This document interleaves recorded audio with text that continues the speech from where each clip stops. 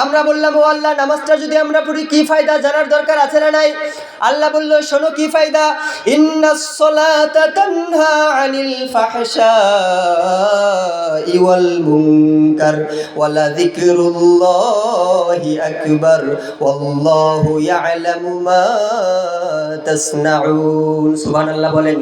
আল্লাহ বলল, আমার গোলামেরা যারা নিয়মিত নামাজগুলো আদায় করবে, পৃথিবীর যত বালা মুসিবত আছে, পৃথিবীর যত অন্যায় আছে, পৃথিবীর যত পাপাচার আছে, পৃথিবীর যত পাপ আছে, আমি আল্লাহ নামাজি ব্যক্তিকে, সালাত কায়েমকারী ব্যক্তিকে সমস্ত পাপ, সমস্ত অন্যায়, সমস্ত জুলুম, সমস্ত অপরাধ থেকে আমি আল্লাহ তাকে বিরত রাখবো। সুবহানাল্লাহ। তার মানে নামাজি ব্যক্তির প্রথম পুরস্কার সমস্ত অন্যায় থেকে তাদেরকে বিরত রাখে কে? কথা বলতে পারো না তোমরা? আল্লাহর নাম নিতে কষ্ট হয়? সবাই বলো কে? নামাজি ব্যক্তিকে সমস্ত অন্যায় থেকে বিরত রাখে একজন, তিনি কে? এজন্য নামাজি ব্যক্তির প্রথম পুরস্কার, তাদের দ্বারা কোনো অন্যায় হতে পারে না। নামাজি ব্যক্তির প্রথম পুরস্কার, তাদের যার দ্বারা কোনো অপরাধ হতে পারে না। এজন্য নামাজ পড়ার দরকার আছে না নাই? আমরা বললাম, ও আল্লাহ, নামাজ পড়লে আর কি ফায়দা জানার দরকার আছে না নাই? আল্লাহ বললেন, শুনো, ইয়া আইয়ুহাল্লাযীনা আমানু ইসতাঈনু বিস-সাবরি ওয়াস-সালাহ ইন্নাল্লাহা মা'আস সাবিরিন। যারা নামাজ কায়েম করবে তাদেরকে সাহায্য করবে কে? তার মানে আমরা নামাজের মাধ্যমে আর ধৈর্যের মাধ্যমে আমার আল্লাহর কাছে সাহায্য চাই, ঠিক না ব্যাঠিক? তার মানে নামাজ যারা পড়বে তাদেরকে সাহায্য করবে কে? আমরা যদি আল্লাহর সাহায্য পেতে চাই তাহলে নামাজের দরকার আছে না নাই? আল্লাহ যদি কাউকে সাহায্য করে, পৃথিবীর কোনো ব্যক্তি, কোনো এমপি, কোনো মন্ত্রী, কোনো চেয়ারম্যান মেম্বার, কোনো ক্ষমতাশীল, কোনো দাপটওয়ালা ব্যক্তির কি সাহায্যের প্রয়োজন আছে নাকি? কথা বলেন। আমরা যদি নামাজগুলো নিয়মিত আদায় করি তাহলে আমাদেরকে সাহায্য করবে কে? এজন্য আল্লাহ বললেন, ইয়া আইয়ুহাল্লাযীনা আমানু ইসতাঈনু বিস-সাবরি ওয়াস-সালাহ ইন্নাল্লাহা মা'আস সাবিরিন। ও আমার গোলামেরা, নামাজগুলো যদি তোমরা আদায় করো, দুইটা জিনিসের মাধ্যমে আমি আল্লাহর কাছে সাহায্য প্রার্থনা করবা। এক নম্বরে নামাজ, দ্বিতীয় নম্বরে ধৈর্য। যারা নামাজ পড়বে, যারা ধৈর্য ধারণ করবে, তাদেরকে সাহায্য করবে কে? আবার আমরা আল্লাহকে প্রশ্ন করলাম, ও আল্লাহ, পৃথিবীর ফায়দা পেলাম, পৃথিবীর উপকার পেলাম, নামাজ যারা পড়বে তাদের মৃত্যুর পরে কি ফায়দা জানার দরকার আছে না নাই? কথা বলেন, আছে না নাই? আল্লাহ বলল, শোনো, যারা নিয়মিত নামাজগুলো আদায় করবে, মৃত্যুর পরে তাদের কি ফায়দা? والذين هم على صلواتهم يحافظون أولئك هم الوارثون الذين يرثون الفردوس هم فيها خالدون। সুবহান আল্লাহ বলেন। আল্লাহ বললেন, যারা নিজেদের নামাজে মনোযোগী, যারা যত্নের সাথে নিজেদের সালাতগুলো আদায় করে, আমি আল্লাহ বলে দিলাম, উলাইকা হুমুল ওয়ারিসুন, তাদেরকে আমি আল্লাহ উত্তরাধিকারী বানাবো। আমরা বললাম, কিসের উত্তরাধিকারী বানাবেন? আল্লাহ বললেন, শোনো, আল্লাযীনা ইয়ারিসুনাল ফিরদাউসা হুম ফিহা খালিদুন। যেন তেন কোনো জান্নাত নয়, জান্নাতুল ফিরদাউসের উত্তরাধিকারী তাদেরকে বানাবে কে?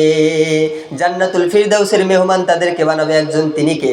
আমরা বললাম, ও আল্লাহ, এই জান্নাতের ভিতরে আমরা কতদিন থাকবো? আল্লাহ বললেন, হুম ফিহা খালিদুন। যেই জান্নাতের শুরু আছে কিন্তু জান্নাতের শেষ না। এজন্য যারা নামাজ পড়বে তাদেরকে জান্নাতের ভিতরে প্রবেশ করাবে একজন, তিনি কে? আমরা বললাম, ও আল্লাহ, নামাজটা পড়বো আপনাকে দেখানোর জন্য, বুঝলাম। নামাজ পড়লে কি ফায়দা এটাও বুঝলাম, নামাজ পড়লে কি পুরস্কার এটা বুঝলাম। ও আল্লাহ, আমরা যদি একা একা নামাজ পড়ি তাহলে কি আমাদের নামাজটা কবুল হবে নাকি? আমার আল্লাহর জবাব আছে না নাই? কথা কন না কেন? আছে না নাই? আল্লাহ বললেন, শোনো, একা একা নামাজ পড়লে হবে না, তোমার পরিবার পরিজন, তোমার আহালকে নিয়ে নামাজ পড়ার দরকার আছে না নাই? আল্লাহ বললেন, ওয়া'মুর আহলাকা বিস-সালাতি ওয়াসতাবির আলাইহা লা নাসআলুকা রিজকা নাহনু নারযুকুক ওয়াল আকিবাতু লিত-তাকওয়া। আল্লাহ বললেন, ও আমার গোলামেরা, তোমরা যদি একা একা নামাজ পড়ো তাহলে জান্নাত পাওয়া যাবে না, ঠিক না ব্যাঠিক? বাবা নামাজ পড়ে কিন্তু ছেলেটা নামাজ পড়ে না, কিয়ামতের দিনে বাবার কাছে প্রশ্ন করবে আল্লাহ, ঠিক কিনা? মা নামাজ পড়ে কিন্তু যুবতী মেয়েটা নামাজ পড়ে না, মায়ের হিসাব আছে না নাই? দাদা নামাজ পড়ে, নাতি নামাজ পড়ে না, দাদার হিসাব আছে না নাই? বড় ভাই নামাজ পড়ে কিন্তু ছোট ভাই নামাজ পড়ে না, বড় ভাইকে প্রশ্ন করবে একজন, তিনি কে? এজন্য আল্লাহ বললেন, ও আমার গোলামেরা, ওয়া'মুর আহলাকা বিস-সালাতি ওয়াসতাবির আলাইহা। আল্লাহ বললেন তোমরা একা একা নামাজ পড়বা না, তোমাদের পরিবার পরিজন, তোমাদের পরিবারবর্গ, তোমাদের আহালকে নিয়ে তোমরা নামাজ পড়বা। কার জন্য? লা নাসআলুকা রিজকা নাহনু নারযুকুকা ওয়াল আকিবাতু লিত-তাকওয়া। এরপর আল্লাহ বললেন, আমি আল্লাহ তো তোমাদের কাছে রিজিক চাই না। আল্লাহ কি আমাদের কাছে রিজিক চাই নাকি? কথা বলেন, আল্লাহর কি রিজিকের প্রয়োজন আছে নাকি? আল্লাহর কি আহারের প্রয়োজন আছে নাকি? আল্লাহ বলল, গোলাম না না, লা নাসআলুকা রিজকা, আমি আল্লাহ তোমাদের কাছে রিজিক চাই না। নাহনু নারযুকুকা, বরং আমি আল্লাহ তোমাদেরকে রিজিক দেই। যারা নিয়মিত নামাজ পড়বে তাদেরকে রিজিক দেবে কে? 5 ওয়াক্ত নামাজ পড়লে 5টা পুরস্কার। সবাই বলেন কয়টা? আরো আসতে বলেন কয়টা? 1 নম্বরে যারা 5 ওয়াক্ত নামাজ পড়বে তাদের রিজিকের কোনো পেরেশানি থাকবে না। রিজিকের মালিক একজন, চিৎকার করে বলতে হবে তিনি কে? রব্বুল আলামিন বলেন, ওয়ামা মিন দাব্বাতিন ফিল আরদি ইল্লা আলাল্লাহি রিজকুহা। পৃথিবীর জমিনে আমি আল্লাহ যতগুলো মাখলুকাত সৃষ্টি করেছি, কুল মাখলুকাতের মধ্যে এমন কোন সৃষ্টি নাই যে সৃষ্টির রিজিকের দায়িত্ব আমি আল্লাহর হাতে নাই। সুবহানাল্লাহ। তার মানে যারা নিয়মিত নামাজ আদায় করবে তাদের রিজিকের কোনো পেরেশানি থাকবে না। তাদের রিজিকের ব্যবস্থা গায়বী খাজানা থেকে পূরণ করবে কে? এজন্য আল্লাহ বললেন, না না গোলামেরা, একা একা নামাজ পড়লে হবে না। নামাজটা তোমার স্ত্রীকে নিয়ে পড়বা। বাবা নামাজ পড়লে হবে না, সন্তানদেরকেও নামাজের আহ্বান দেওয়ার দরকার আছে না নাই? সন্তানদেরকে যদি বাবা নামাজের আহ্বান না দেয় তাহলে কিয়ামতের কঠিন দিনে বাবার বিরুদ্ধে সন্তান নালিশ করবে কার কাছে? সন্তানগুলো আল্লাহর কাছে দোয়া করবে, ও আল্লাহ, আমার বাবা আমাকে নামাজের তাগিদ দেয় নাই। আপনার মেয়েটা আপনার সৃষ্টিকর্তার কাছে দোয়া করবে, ও আল্লাহ, আমার মা তো আমাকে কোনোদিন পর্দার তাগিদ দেয় নাই। আজকে যদি জাহান্নামে যেতে হয়, আমার মাকে আমার পায়ের নিচে শুইয়ে দাও, আমার বাবাকে আমার পায়ের নিচে শুইয়ে দাও, আমার পরিবারের আমার গার্ডিয়ানগুলোকে, আমার অভিভাবকগুলোকে আমার পায়ের নিচে শুইয়ে দাও। তাদেরকে পদদলিত করে তাদেরকে টেনে টেনে জাহান্নামের ভিতরে নিয়ে যাব। নাউজুবিল্লাহ পড়েন। রব্বানা আরিনাল্লাযীনি আযাল্লানা মিনাল জিন্নি ওয়াল ইনসি নাজআলহুমা তাহতা আকদামিনা লিয়াকুনা মিনাল আসফালিন। নাউজুবিল্লাহ। আল্লাহর কাছে জাহান্নামীগুলো দোয়া করবে, ও আল্লাহ, আমার মা বাবা আমাকে কখনো নামাজের তাগিদ দেয় নাই, আমার গার্ডিয়ান, আমার অভিভাবক কখনো নামাজের তাগিদ দেয় নাই। আল্লাহ গো, আজকে যদি জাহান্নামে যেতে হয়, আমরা একা একা জাহান্নামে যাব না, পরিবার বর্গদেরকে নিয়ে জাহান্নামে যাব। নাউজুবিল্লাহ বলেন। এজন্য নামাজ একা পড়বো নাকি পরিবারদেরকে নিয়ে পড়বো? সবাই বলেন, পরিবারদেরকে নিয়ে নামাজ পড়ার দরকার আছে না নাই?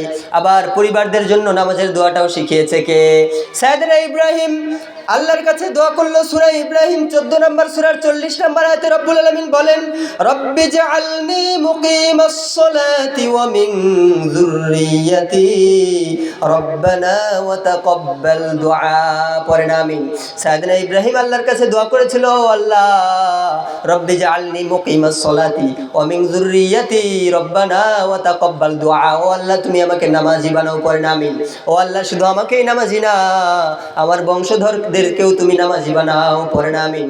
এরপর সাইয়েদনা ইব্রাহিম বলল, রব্বানা ওয়া তাকাব্বাল দুআ। আল্লাহ গো, এই দোয়াটা তুমি আমার পক্ষ থেকে কবুল করে নাও। তার মানে পরিবার যেন নামাজি হয় সেই দোয়াটাও শিখিয়ে দিয়েছে কে?